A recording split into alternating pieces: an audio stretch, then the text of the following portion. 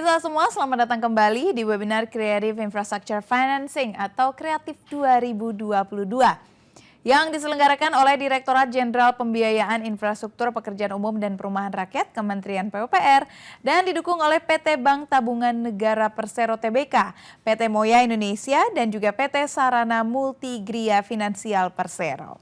Kalau tadi kita sudah ada di sesi pertama membahas tentang bagaimana PUPR bersama dengan Bank BTN dan juga Dinas Perumahan DKI Jakarta berusaha menyiapkan beragam upaya agar seluruh masyarakat khususnya MBR ataupun dari masyarakat yang bekerja di sektor informal bisa mendapatkan rumah. Kini kita akan membahas mengenai ekosistem pembiayaan perumahan untuk mewujudkan pembiayaan perumahan yang terjangkau dan berkelanjutan. Tentunya masih bersama saya Syafinas Nasyar. Dan seperti biasa Bapak Ibu sekalian, sebelum memulai sesi diskusi, saya pasti sudah ditemani nih dengan Mbak Fitri Ami Handayani selaku generasi muda DJPI. Selamat sore Mbak Fitri. Selamat sore Mbak Syafinas. Udah sore lah ya kalau sekarang mah. Mbak boleh dong diceritakan nih rangkaian Kreatif 2022 sampai dengan menuju puncaknya ini akan ada kegiatan apa dan target yang ingin dicapai dari adanya kegiatan-kegiatan ini sebenarnya apa? Ya, alhamdulillah kita 2 bulan ya Mbak Syafinas juga dan CNBC membersamai kami ya generasi muda DJPI menyelenggarakan kegiatan kreatif 2022 ini. Ini pertama kali nih DJPI sejak kami dibentuk di 2019 dan kegiatannya tentunya ada 4 kali webinar. Ini udah yang terakhir. Lalu ada juga lomba policy brief, itu sudah ada apa hasilnya dan nanti kita tanggal 1 akan ada hari puncak gitu. Dan targetnya sesuai dengan tema kita ya, inovasi pembiayaan kreatif untuk infrastruktur yang berketahanan dan berkelanjutan. Jadi memang kami ingin menggugah ya para generasi muda khususnya tidak hanya DJPI, juga dari stakeholders untuk ayo kita sama-sama ikut berpikir out of the box sebagaimana kita harus bersama-sama menyiapkan pembiayaan infrastruktur. Karena kalau APBN aja kan hanya 30% dari kebutuhan ya. Jadi kita ingin mengajak ayo kita sama-sama berpikir kreatif dan inovatif untuk menyiapkan pembiayaan untuk infrastruktur. Oke, nah kalau misalkan pandangan Genmood sendiri nih Mbak tentang program pembangunan perumahan yang terjangkau dan mengedepankan prinsip pembangunan yang berkelanjutan, boleh dikasih gambaran nih pembangunan yang berkelanjutan seperti apa dan juga program pembangunan perumahan yang terjangkaunya ini akan seperti apa? Iya. Pertama-tama kami juga generasi muda DJPI ingin menyampaikan turut berduka ya atas terjadinya bencana di Cianjur baru-baru ini yang menelan banyak korban jiwa dan juga material ya, dan ini juga sekaligus sebenarnya pengingat buat kita ya, awareness juga buat kita bahwa pentingnya infrastruktur yang tadi berketahanan dan berkelanjutan. Kaitannya dengan perumahan yang terjangkau, perumahan terjangkau itu bukan berarti murahan gitu ya, jadi setidaknya kita harus mengedepankan keandalan bangunan, kualitasnya itu harus memenuhi standar yang sudah ditetapkan oleh pemerintah gitu ya. Dan juga tadi artinya sekali lagi kita juga dengan kejadian kemarin itu pengingat bahwa Indonesia ini di ring of fire ya. Jadi kita tuh sangat probability terjadi bencana, gempa, ya itu besar. Jadi artinya penting kita untuk membangun secara tadi kuat bangunannya, strukturnya harus andal. Nah, tapi bencana itu tidak hanya karena tadi ya kondisi alam, kondisi geografis, tapi ada juga bencana yang akibat ulah manusia. Nah ini yang karena mungkin kita mengeksploitasi sumber daya alam sehingga terjadi pemanasan global. Nah ini yang tadi kita harus berpikir dalam kita menyediakan perumahan itu kita harus mengelola sumber dayanya dengan efisien dan juga memikirkan keberlangsungan untuk generasi yang akan datang. Jadi kayak konsumsi energi, konsumsi materialnya, dan juga emisi karbonnya harus kita tekan serendah mungkin. Oke. Gitu. Nah kalau diskusi yang kedua ini ya singkat aja Mbak Fitri, apa yang akan dibahas di sini kira-kira?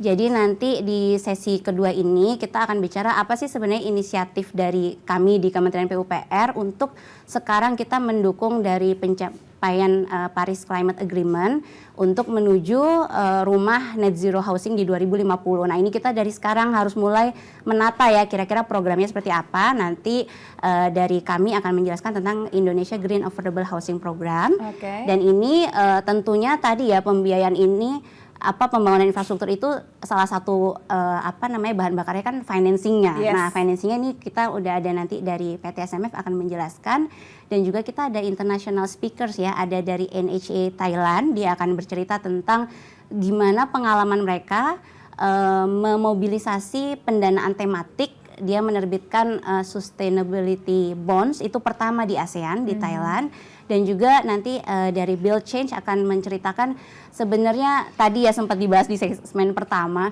apa iya sih rumah yang terjangkau bisa juga mengedepankan prinsip green. Nanti Elizabeth akan menceritakan tentang how to do a green and still affordable. Oh, how to do green and still affordable. Oke. Kalau gitu saya ucapkan terima kasih Mbak Fitri sudah bergabung bersama kami. Terima Sekarang kasih saatnya kita juga. mulai sesi diskusi yang kedua. Ya pemirsa, kalau gitu langsung saja kita masuk sesi diskusi kedua dengan tema pemanfaatan green financing untuk mewujudkan perumahan yang terjangkau dan berwawasan lingkungan.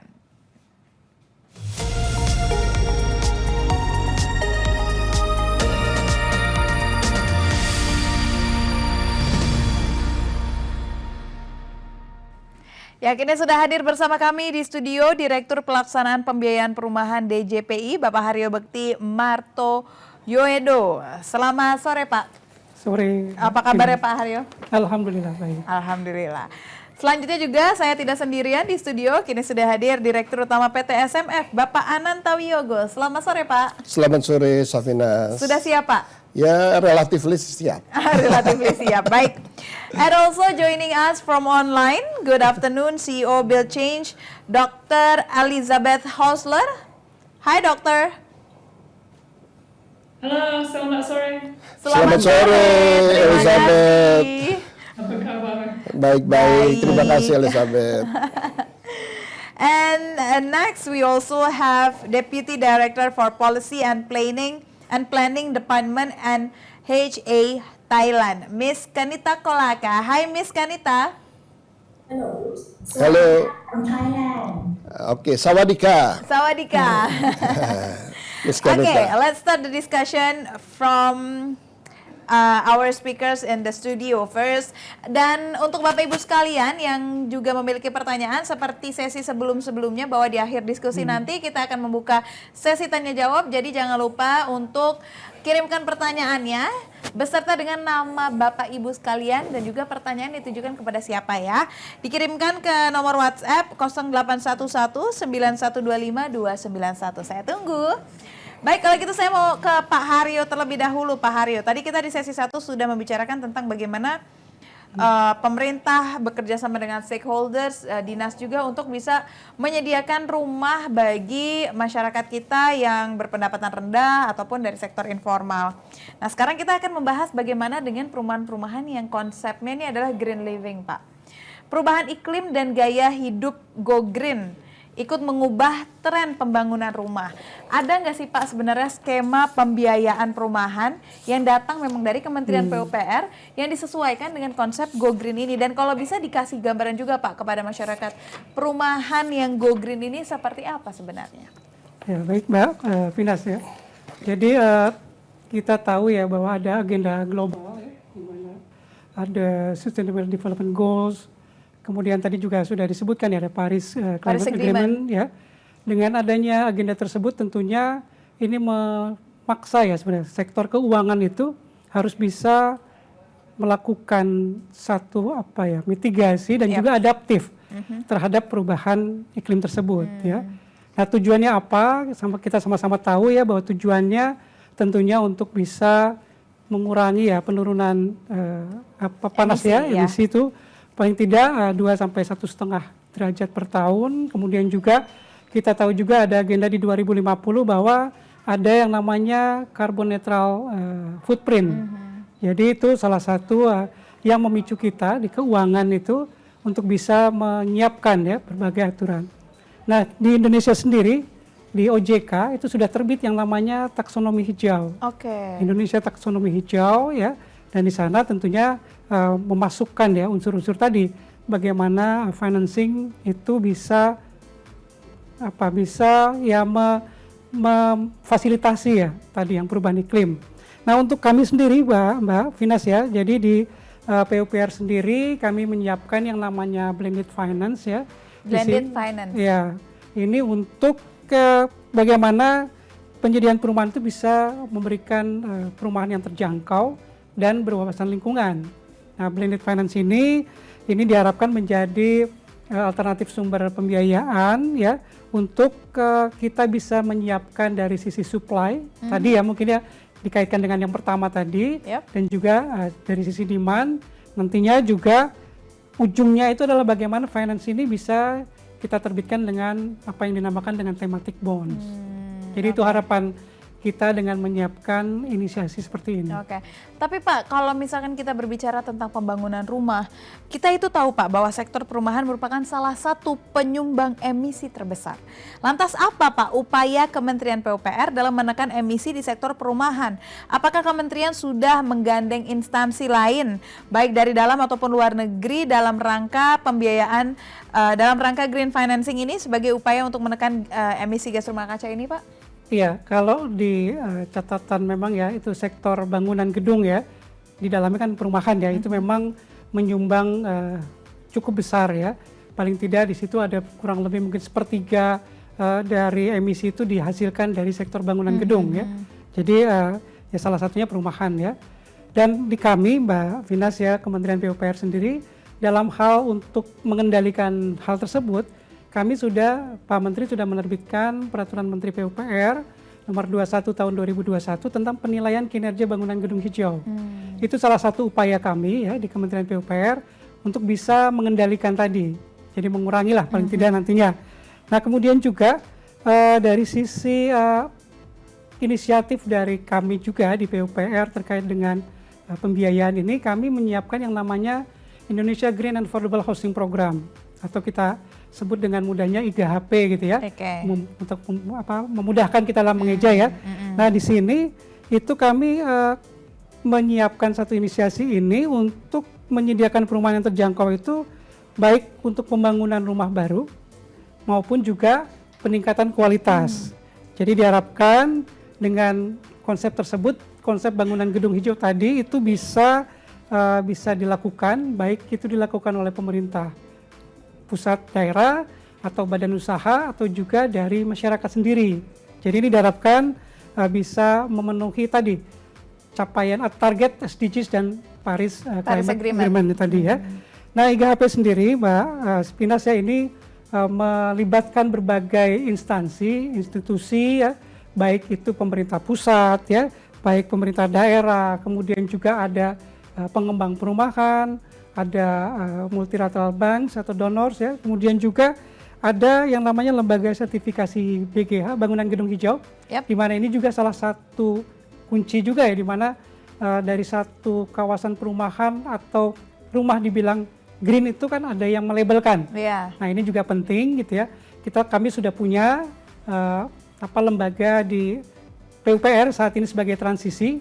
Nanti karena pada gilirannya pemerintah daerah lah yang akan mengeluarkan sertifikat bangunan gedung tersebut. Walaupun juga ada sertifikasi yang dikeluarkan yang sifatnya internasional, itu juga ada. Kita pernah mendengarkan World Green Building Council, itu juga ada. Dan juga instansi lain yang terlibat juga selain masyarakat sendiri, itu juga ada perbankan dan lembaga keuangan lainnya. Jadi sebenarnya konsepnya seperti apa nih Pak dari Green and Affordable Housing ini, dan apa yang membedakan program perumahan ini dengan perumahan-perumahan yang sudah ada sebelumnya? Secara garis besarnya ya, bahwa Green and Affordable Housing Program ini ada 3 pilar utama ya. Tadi yang terkait dengan adaptif atau kalau adaptif ya, adaptasi kepada perumahan hijau, kemudian perumahan untuk bangunan baru, ya seperti kita lihat ya, perhatikan itu, dan juga housing finance sendiri. Jadi ketiga pilar inilah yang mendasari dari konsep ini. Kemudian ini diharapkan itu bisa mengurangi ya, dari sisi konservasi energi, kemudian juga bisa dari pemanfaatan air dan juga dari emisi gas rumah kaca. Nah, fokus utamanya kami ya sebenarnya adalah bagaimana ini memasukkan ke dalam program yang sudah ada. Kita sudah punya existing program, kemudian kami punya konsep seperti ini, bagaimana kita mensinergikan Adopsi ya, mengadopsi gitu. tadi untuk bisa sama-sama kita menyiapkan satu underlying aset ya sebenarnya yang kedepannya itu bisa diterbitkan instrumen lain dalam bentuk tadi ya obligasi yang sifatnya tematik. Oke. Baik, sekarang kita pindah ke narasumber kita yang dari luar, ada Dr. Elizabeth. I would like to ask you about, we know that Build Change has done so many post-disaster housing reconstruction all over the world, including Indonesia. And as you already aware of, as we all know that Indonesia is staying in a place with that called Ring of Fire. So we have a very high probability of earthquakes and also others natural disaster. So what is Build Change's suggestion for housing stakeholders in Indonesia in terms of developing more resilient housing? Thank you. Selamat sore. Nama saya Elizabeth dari Build Change. Saya tinggal di Banda Aceh selama 2 tahun sejak tsunami tahun 2004. Saya senang tinggal di Banda di Aceh dan Sumatera Barat. I really enjoyed my time in Indonesia, but I can speak only a little bit of Bahasa, so I will make the rest of my remarks in English. So thank you very much. It's a pleasure to join you today. I want to thank especially the Directorate General of Infrastructure Financing for Public Works and Housing for making climate and affordable green housing part of the agenda. The fact that we're talking about this is just fantastic.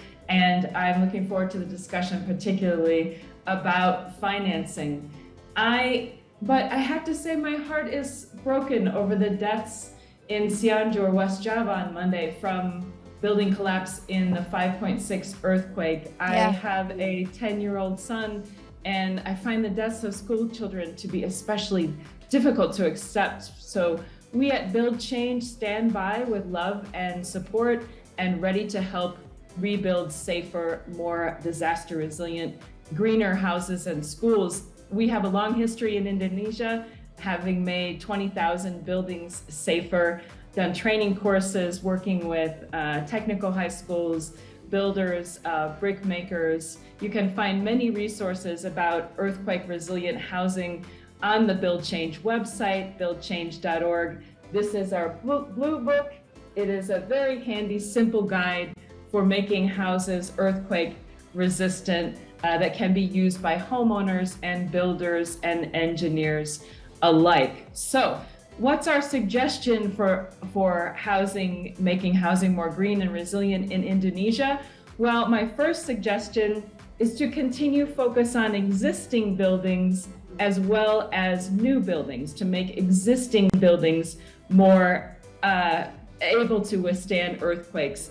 Most countries have both a qualitative deficit and a quantitative deficit, which basically means most countries in the world need more housing as well as better housing. So continuing to focus on both new housing, making that green and disaster resilient, as well as improving existing housing is a goal.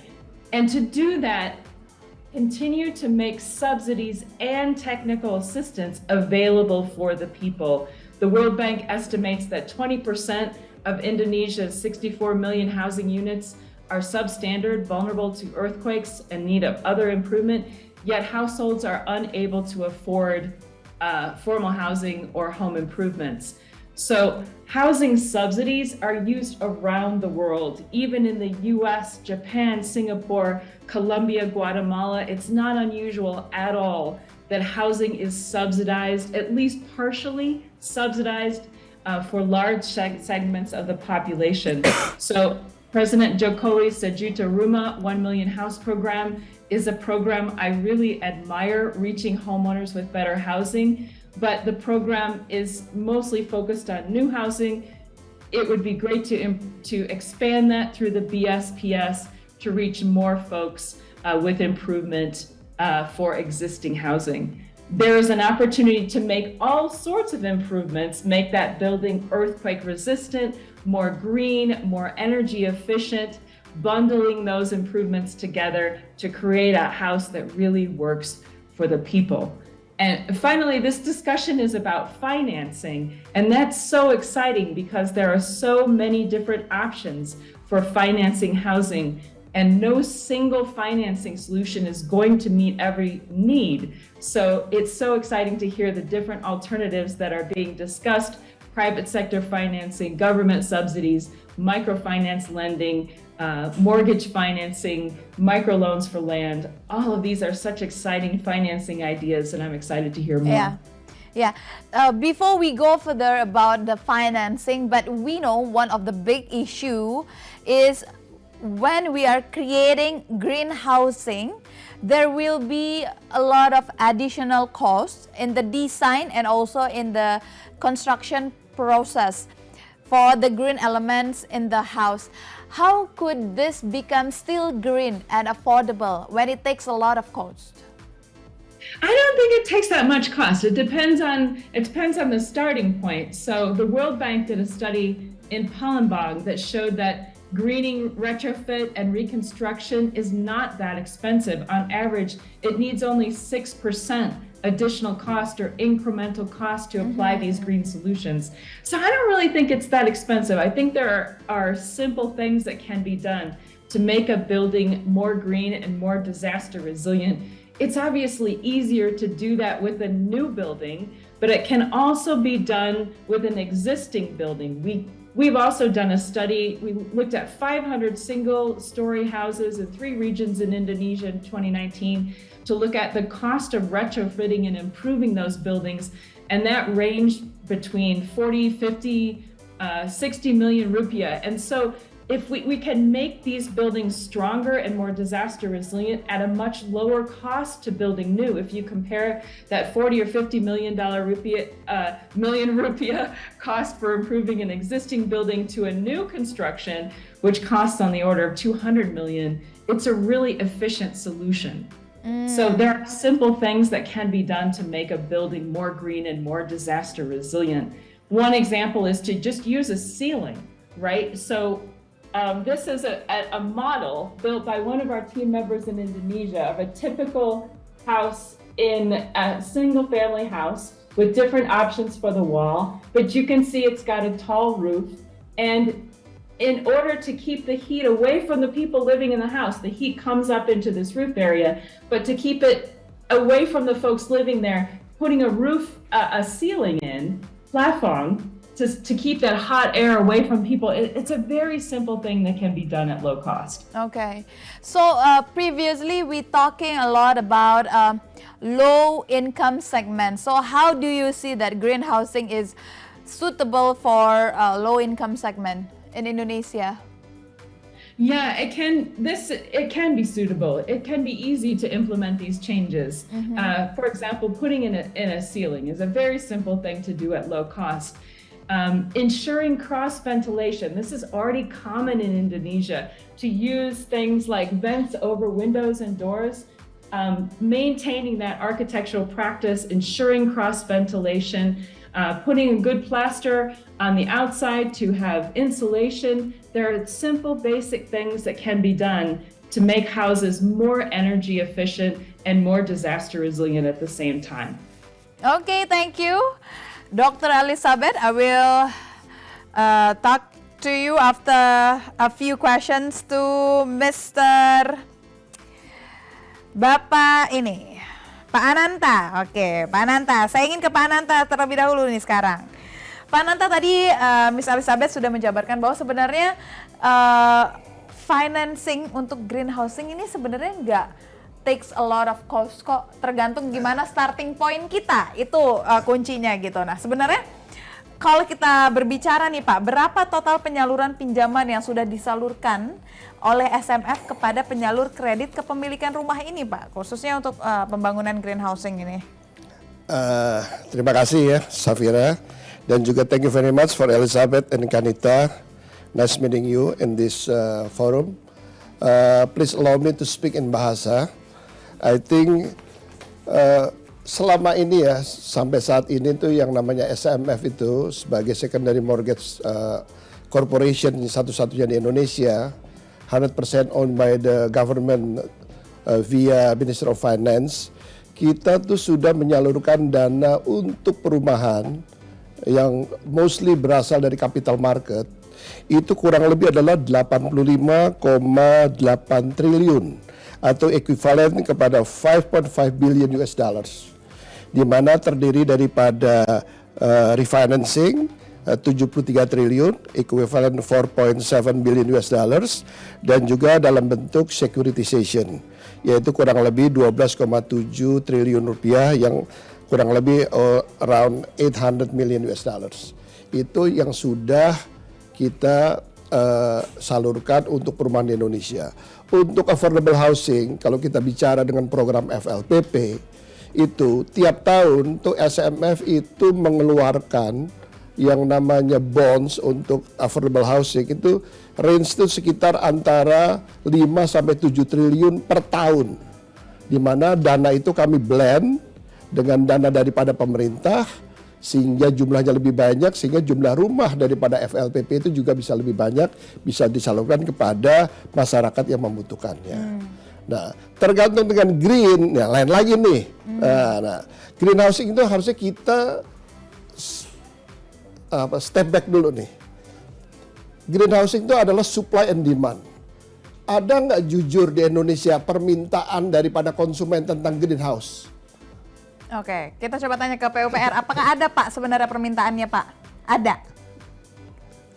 Jadi untuk yang permintaan ya, kalau permintaan sebenarnya ini harus kita create sebenarnya. Karena kalau kita menunggu permintaan bisa jadi tidak ada.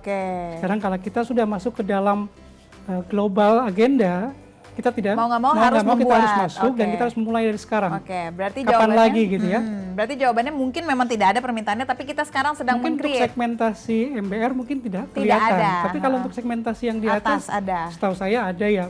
Kantornya Pak Ananta aja sekarang lagi dalam progres greenship. Greenship itu untuk ini Pak ya, untuk green itu ya. Untuk building gitu ya. Artinya sebenarnya ke arah sana tuh pasti ada. Gitu Mbak. Nah, challenge-nya ke depan adalah bagaimana supply dan demand ini bisa ada. Kita ambil contoh yang ada di European deh, di IMC gitu. Di mana memang permintaan daripada greenhouse dari masyarakat di European itu ada. Sehingga supply-nya itu juga di-create pasti ada juga ke arah situ. Nah, untuk itu di Indonesia ada baiknya, belum terlambat nih. Sesuai dengan Pak Haryo tadi sudah jelaskan, tadi Miss Elizabeth juga jelaskan adalah kita di Indonesia mulai deh, kita ada sesuai dengan G20 kemarin tuh kan ada tuh sustainability. Ya, bukan a journey to implement ESG in infrastructure. Sekarang bagaimana ada a journey to implement ESG in housing. Nah, itu harus kita konkretkan. Itu semua stakeholder harus duduk sama-sama. Di-lead sama PUPR. Jadi ke arah itu sudah ada, tapi konkretnya gimana nih? Kapan timetable-nya? Siapa berperan apa? Gitu loh. Itu lebih jelas lagi kalau kita mau fight untuk green housing ya. Untuk green housing juga, untuk affordable juga. Kalau memang FLPP itu bisa ada kriterianya bahwa ini sudah masuk sebagai greenhouse gitu ya, otomatis bond yang dikeluarkan oleh SMP itu juga green bond. Karena kita uangnya itu untuk membiayai greenhouse affordable tadi, kan begitu. Nah sekarang ini pertanyaan, ada nggak kriteria yang jelas tentang greenhouse di Indonesia itu apa? Another challenge, nah gitu. Nggak apa-apa kita buka-bukaan aja di sini kan gitu kan untuk memperbaiki semuanya. Kalau itu ada, bukan hanya lokal aja, foreign juga banyak masuk dari luar, filantropi itu jelas. Saya dihubungi dengan beberapa yang asing itu, mereka menanyakan Indonesia punya nggak sih kriteria green itu? Kalau ada, kasih tahu dong kita tertarik tuh untuk ikut chip in di situ, kan gitu. Ingat loh ya, FLPP itu pemerintah sudah menggelontorkan tuh kurang lebih 30 triliun per tahun. Nah, kalau itu bisa sebagian kecil dibikin green, asing pasti akan join in juga, bisa membantu bagaimana kita bisa meng-greenkan untuk affordable housing. Iya, berarti memang sampai sekarang memang kalau dikatakan peminatnya ada sebenarnya, tapi mungkin permintaannya belum terlalu tinggi begitu ya Pak ya? Kita bikin kajian yang benar lah. Gitu. Iya, betul. Nah Pak, kalau misalkan sekarang kita berbicara tentang bagaimana SMF ini berusaha untuk mempercepat hunian bagi masyarakat berpenghasilan rendah dan milenial. Jumlah generasi milenial bertambah. Bagaimana Pak percepatan SMF nih Pak dalam menyediakan hunian bagi generasi yang berpenghasilan rendah dan juga milenial? Nah benar, sebentar dulu deh, yang namanya milenial itu apa kan gitu. Milenial sebenarnya butuh tempat tinggal nggak sih, butuh atau cukup kontrak aja? Kalau saya sebagai generasi milenial perlu Pak. Oke, Safinas perlu. Oke. Pemerintah sudah turun, kita sediakan yaitu rumah affordable housing namanya FLPP. Silahkan kalau memang tertarik untuk itu diambil. Tetapi generasi milenial kan lain taste-nya. Dia ingin suasana rumah yang dekat dengan public transportation. Gitu. Dan harganya kan nggak bisa sebenarnya sebagai harga affordable housing. Harusnya harganya yang lebih tinggi, ya gitu. Nah, yang ini yang harus kita pikirkan sama-sama supaya cicilannya itu affordable, mungkin tenornya diperpanjang, nggak bisa 15 tahun, let's say 30-40 tahun. Iya. Tinggal cicilan yang sama, tapi dia akan afford rumah tinggal yang sesuai permintaannya, yang kualitasnya juga dia sesuai, taste-nya juga sesuai, gitu. Nah ini memang challenge untuk kita semua. Nah kalau ini kita di SMF sih, kita barusan diperluas mandatnya, ya. Kita tuh bukan hanya untuk milenial aja, kita juga menyediakan untuk microfinance, memperbaiki rumah-rumah juga tempat tinggalnya, terutama mohon maaf sanitasinya, air bersihnya, ya atau warungnya ke ibu-ibu gitu.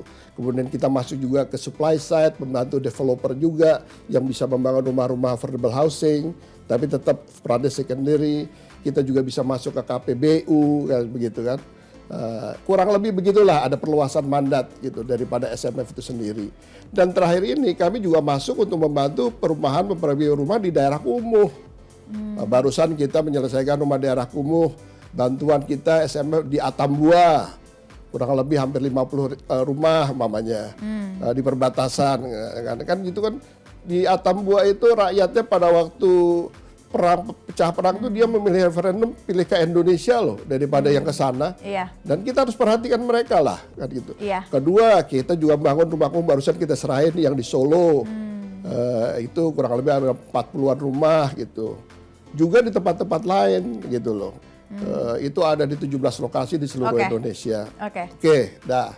Oke, siap. Mantap Pak Ananta nih. Oke, Pak Ananta.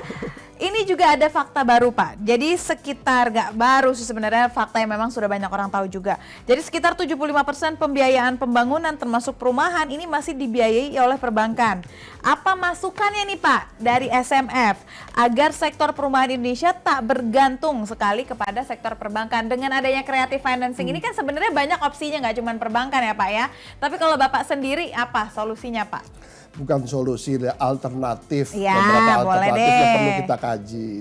Kedua, yang namanya perumahan ini pembiayaan jangka panjang. Jadi harus pakai dana jangka panjang. Dana jangka panjang itu ada di capital market. Satu, ya. Kedua adalah bahwa yang namanya kalau kita pun mendapatkan bantuan dari luar, gitu.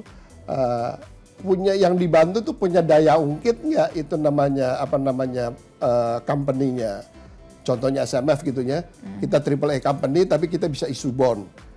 Bondnya yang kita issue itu kemudian kita blend dengan bantuan dari luar.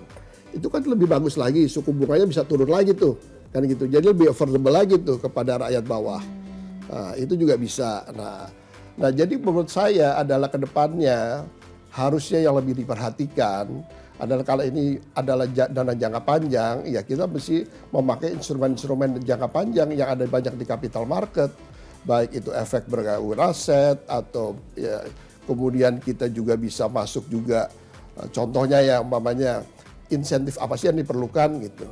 Harusnya instrumen-instrumen capital market yang berhubungan dengan perumahan, satu umpamanya bonds atau EBA SP-nya bisa di repo. Kedua, kalau kita ngasih pinjaman dari SMF kepada perbankan, kita kan wholesale-nya nih kepada perbankan, ya jangan dikenain GWM lah gitu. biar pricingnya lebih kompetitif. Jadi banknya juga bisa nyalonin juga lebih kompetitif kalau ada end market. Kurang lebih begitulah. Gitu. Kalau misalkan masukan untuk pemerintah apa Pak kira-kira untuk roadmap sektor perumahan ke depannya serta pemetaan program ke depannya Pak? Ya, sebenarnya pemerintah juga udah punya berpikir juga sama lah.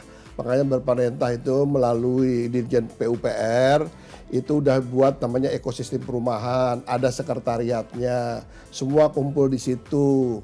Coba apa yang kita bisa kontribusikan untuk bikin roadmap perumahan Indonesia itu lebih jelas. Sehingga policy-policy pemerintah itu kena pada sasaran.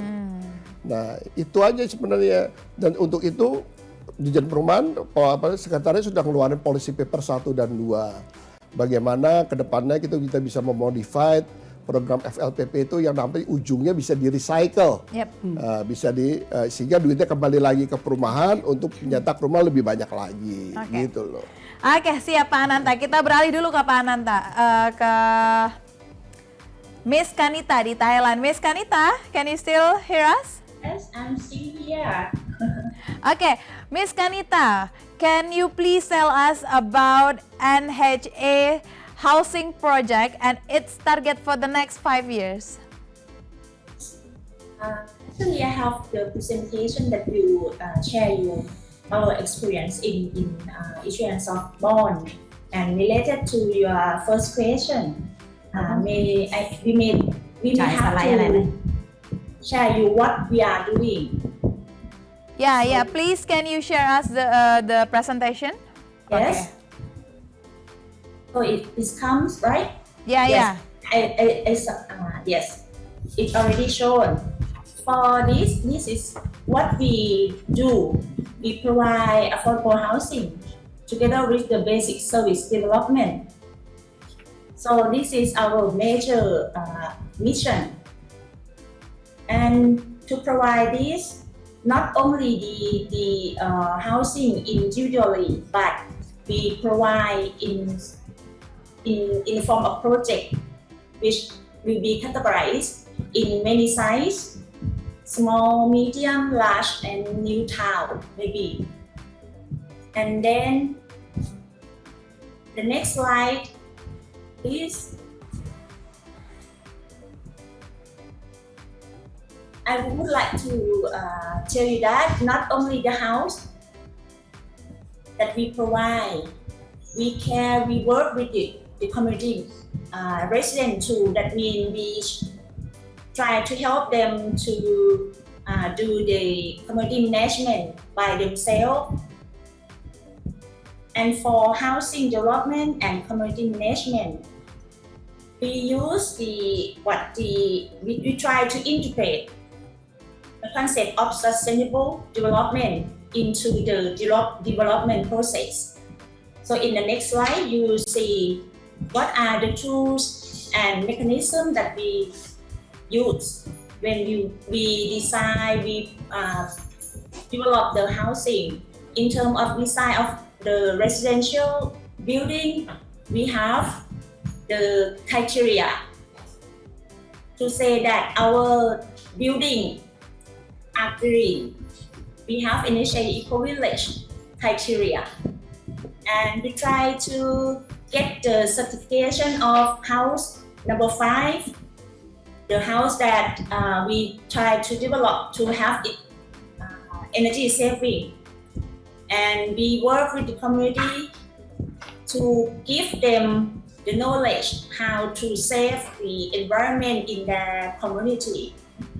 And come to the next slide, you will see provide of affordable housing and basic service. These contribute to SDG, especially the SDG number 11, that means the sustainable city and communities. This is what we do. But when we come to the recent years, when we face the COVID-19 pandemic, the next slide show you that why we come to have the issuance of the sustainability bond that we related to the topic that you give us. It's very big very big, the big topic. To give me the topic of today's talk is NHA Thailand Sustainability Housing Bonds, the first sustainability bond in Asia. So how comes the issuance of the bond?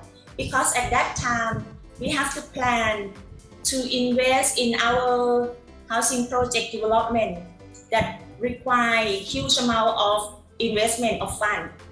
But at that time, I think every country, also Thailand and Indonesia, that we face the challenge of limit budget or financing from the government. Because Thailand also have the subsidized housing. So we cannot wait for the subsidy. So there's a promotion for the state enterprise to have the bond, ESG bond. This is to enable our state enterprise to meet the funding needs. So in the last 2 years, under the technical assistance from ADB, so we initiate to issue the first social bond amounting to 6,800 million baht. You can convert into US dollar by maybe 35 baht to $1. Okay. Yes. Okay. Ms. Kanita, based on my research, NHA has issued social bond in August 2020 and also sustainability social bond, as you said before, in September 2021 for providing affordable housing. So could you please tell us more about that initiative and why NHA prefer to use issue bond to finance its project? Yes, because as I mentioned before, in the time that the government faced the limitation of finance or budgeting, so we have to find another finance mechanism. So we think that we have the asset that eligible to create or to issue the bond, social bond and sustainability bond. That means we have the affordable housing that are green building. We have the activity to promote socio and economic development. That's why we think that our asset is eligible to issue the bond. Okay. The answer? Okay, so how can Indonesia benefit or take advantage from the bond market to finance our housing project? Can you please share your... have the same circumstance, the housing situation and also financing for housing development. Yep. So I think Indonesia may try to come to the bond market, and because from the speaker previously, it seemed that Indonesia quite ready to issue the bond and can get the benefit from the bond market. So let's try to come to use this mechanism to. I mean, when you have the bond, you can raise the fund to build more housing. Because I found that there's a huge amount of demand on affordable housing in Indonesia. Maybe you have to maybe observe, maybe you have to check whether you have the supportive market regulation to support you when you want to issue the bond. Yes. Oke, thank you Miss Kanita. Saya ingin kembali lagi ke Pak Haryo. Pak Haryo, jadinya sebenarnya tantangan terbesar apa sih Pak untuk bisa membangun green housing di Indonesia? Ya, sebelum jawab itu ya, tadi mungkin menambahkan yang Pak Ananta sampaikan. Ini memang kita sedang menginisiasi ya, itu satu. Kemudian kalau segmen pasarnya MBR, kalau kebutuhan akan green mungkin belum sampai ke sana, tetapi kita di FLPP ini kan highly regulated ya, jadi kita bisa memasukkan sebenarnya unsur-unsur tadi yang diharapkan ya oleh Pak Ananta itu, bagaimana bisa dilaksanakan di dalam program MBR ini. Nah, tantangan justru itu yang menjadi tantangan sebenarnya. Bagaimana tantangan itu dari sisi misalnya banyak yang tadi menganggap, tadi mungkin sudah dijelaskan ya, tadi Bu Liz juga sampaikan, apakah memang ini akan menjadi lebih mahal gitu kan, itu salah satu tantangan juga bagaimana memberikan pemahaman ya kepada pelaku pembangunan bahwa sebenarnya ada kok cara membuat ini tapi tidak mahal. Itu yang pertama. Yang kedua juga dari sisi katakan green itu kan pasti ada yang melabelkan gitu ya. Tentu ada sertifikasi yang mungkin juga menjadi beban biaya atau bagaimana, ini juga menjadi salah satu tantangan kami juga. Kemudian juga dari sisi masyarakatnya pun sebenarnya juga banyak juga ya, kalau misalnya mereka dibangunkan rumah oleh pengembang, ya sudah terima saja.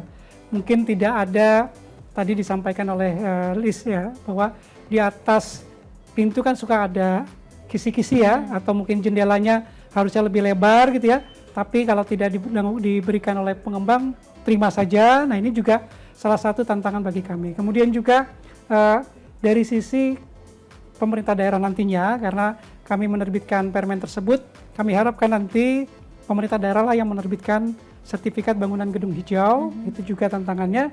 Dan yang paling penting juga mungkin insentif nantinya ke depan seperti apa. Nah, ini tantangan yang menurut saya ya perlu sama-sama kita pikirkan.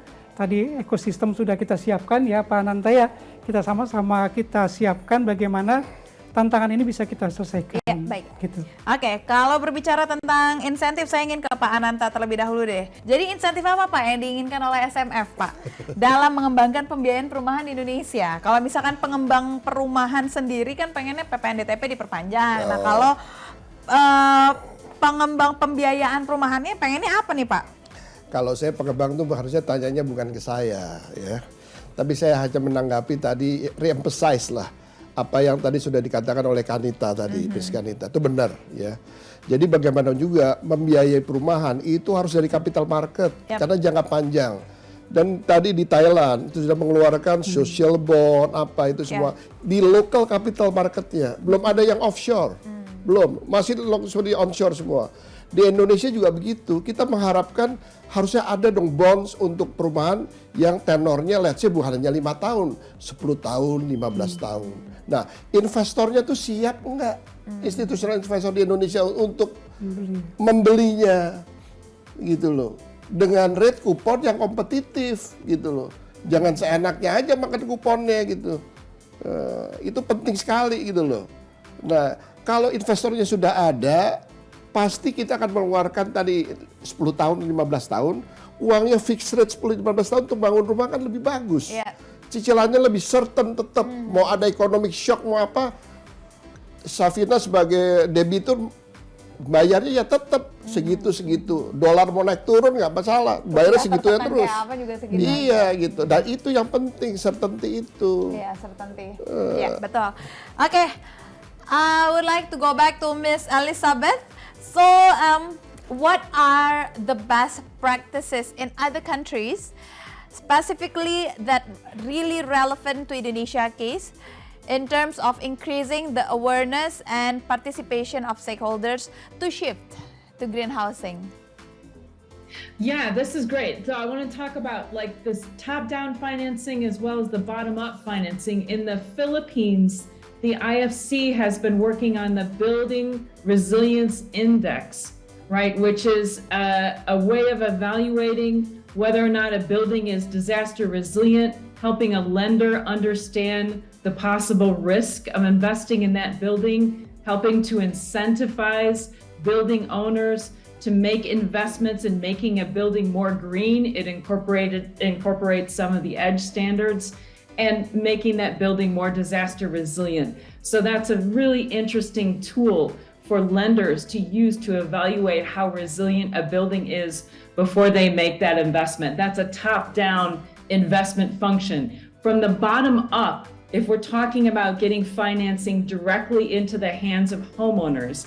Also in the Philippines, we are partnering with microfinance lenders who are lending money directly to homeowners to make improvements, to make their buildings more green, more energy efficient, as well as more disaster resilient. These are small loans, $500, $1,000, $2,000, usually incremental. So one loan is issued and then maybe the roof is fixed, maybe the walls are strengthened, that loan is paid back. There's a huge opportunity to do this in Indonesia as well. We have a partnership with Komida.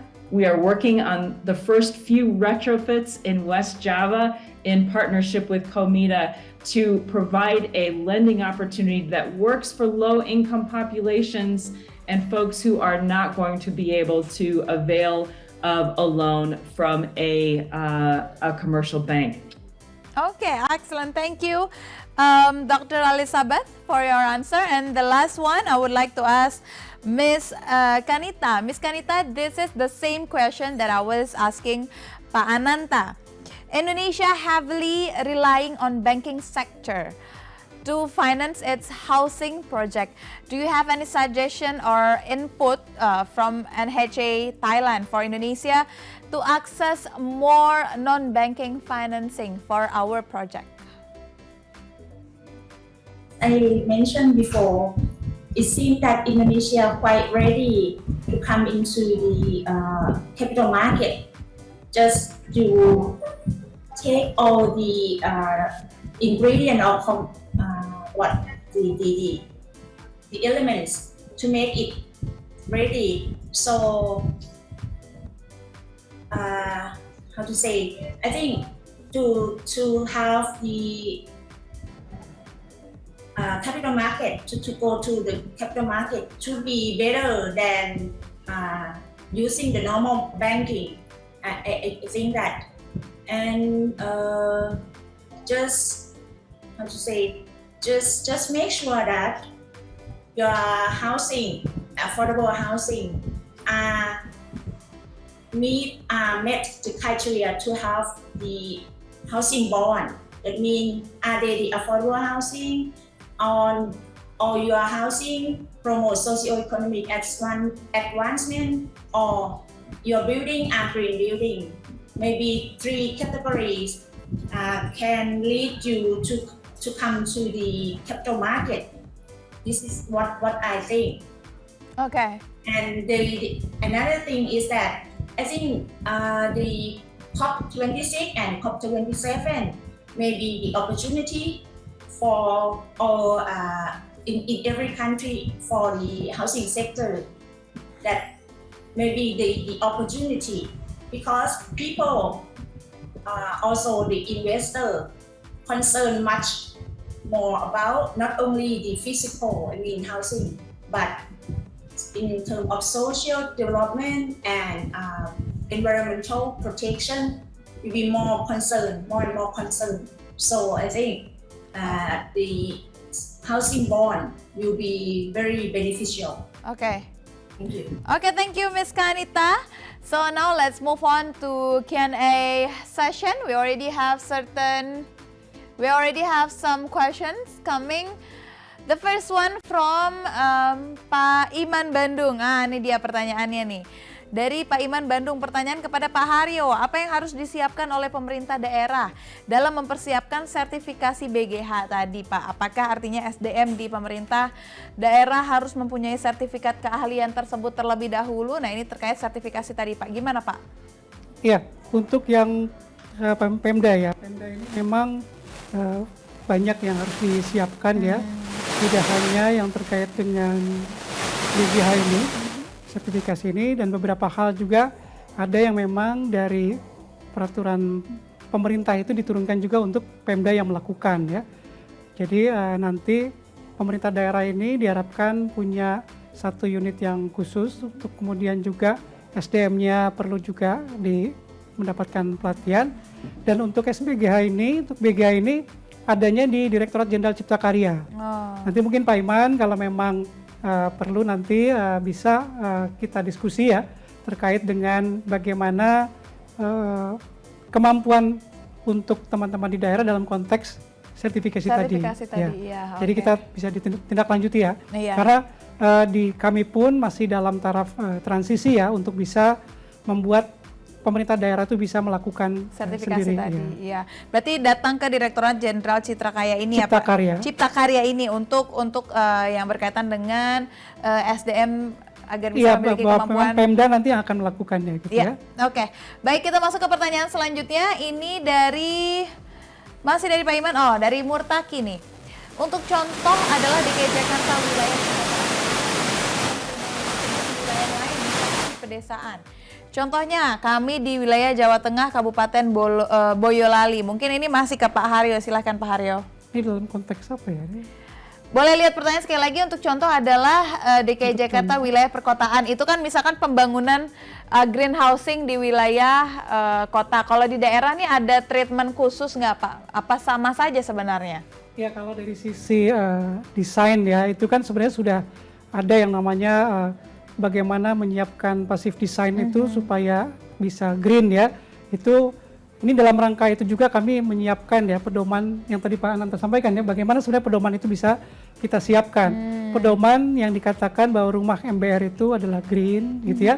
Itu yang kami sedang siapkan sehingga tantangan-tantangan tadi itu semakin sedikit bisa kita atasi gitu ya, karena jangan sampai ini kita masuk ke dalam kondisi ayam dan telur ya. Ayam dan telur. Jadi mana duluan? Nah ini kita siapkan tadi pedoman, kemudian konteks saat ini kan sebenarnya juga kami juga melakukan sosialisasi, kemudian juga edukasi ya, dan juga tadi menyampaikan hal-hal lain supaya ada pemahaman yang ya samalah bagaimana green ini kita kedepankan. Biar gitu ya. sevisi dan semisi gitu ya Pak ya. Betul. Oke, sekarang kita masuk ke pertanyaan selanjutnya. Di mana pertanyaan yang masuk nih? Apakah sudah ada? Kita masih menanti pertanyaan terakhir yang masuk. Iya, ini adalah pertanyaan terakhir ya. Tadi kita sudah mendengarkan 2 pertanyaan. Dan kita masih menanti 1 pertanyaan terlebih dahulu. Ini kalau proyeknya sendiri Pak nantinya untuk dummy atau apa ya Pak sebutannya, untuk pilot project lah. Ini akan dilakukan di mana Pak Bro? Sebenarnya sudah ada ya, tadi kayaknya Bu Liz juga sampaikan yang di Sumatera Selatan itu ya, itu kan pilot project di mana dari pihak swasta itu yang menginisiasi. Kemudian juga dari pemerintah daerah itu memfasilitasi gitu ya. Kemudian kami di pemerintah pusat memberikan bantuan lewat bantuan pembiayaan perumahan untuk mereka yang akan membeli. Nah, konsep yang mereka usung itu adalah ya memperbaiki desainnya, kemudian juga dari sisi pemakaian bahan bangunannya, dan juga supaya energinya bisa lebih murah ya. Mereka juga memasang apa yang dinamakan dengan solar panel gitu ya. Solar panel. Nah, itulah diharapkan bisa menurunkan berbagai tadi untuk air, kemudian untuk bahan bangunan dan juga untuk energi. Jadi sudah ada dan sudah mendapatkan apa yang dinamakan preliminary assessment dari IFC ya, tadi juga sudah disampaikan. Ini salah satu upaya kita melabelkan gitu ya. Iya, baik. Inilah green gitu. Iya. Gitu. Oke, baik. Nah, ini pertanyaan untuk Pak Ananta nih, Pak. Apa saja strategi optimis ke depan untuk menarik investor baik nasional maupun internasional? Dari Pak Deki untuk Pak Ananta, silakan. Ini saya coba menjawab nih Pak Deki ya. Saya mencoba menjawab. Ini kita bicarakan investor untuk yang berminat di perumahan kan. Oke ya.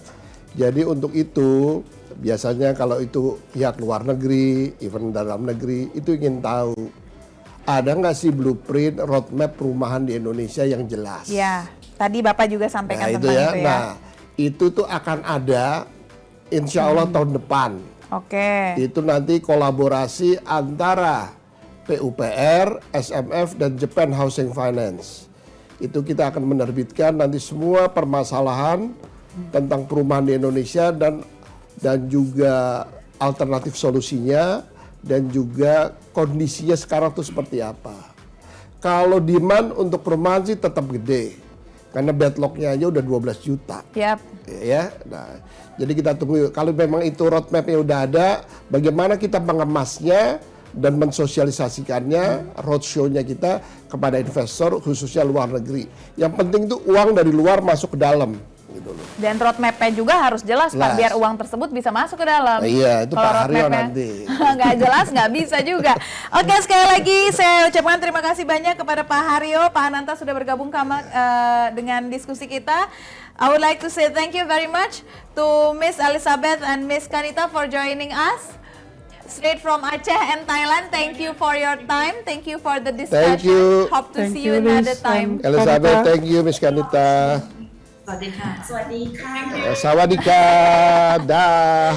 Oke, baik Bapak Ibu sekalian, demikianlah webinar Creative Infrastructure Financing atau Kreatif 2022 sudah usai diselenggarakan oleh Direktorat Jenderal Pembiayaan Infrastruktur Pekerjaan Umum dan Perumahan Rakyat Kementerian PUPR, dan ini sekaligus menjadi rangkumannya dari seluruh kegiatan, tepatnya 4 webinar yang telah dilaksanakan sejak 6 Oktober hingga hari ini terakhir, dan jangan lupa puncaknya berada di tanggal 1 Desember 2022. Sekali lagi saya ucapkan terima kasih banyak kepada seluruh narasumber, kepada narasumber yang sudah ada di studio, terima kasih Pak. Terima Sehat dan kasih. sukses selalu. Dan kepada seluruh narasumber yang sudah bergabung sebelum-sebelumnya, kepada para penanya, terima kasih sudah berpartisipasi. Saya Syafina Nasyar pamit undur diri, kita ketemu lagi di acara Kementerian PUPR selanjutnya. Syafina Nasyar pamit undur diri, CNBC Indonesia Beyond Business. Sampai jumpa.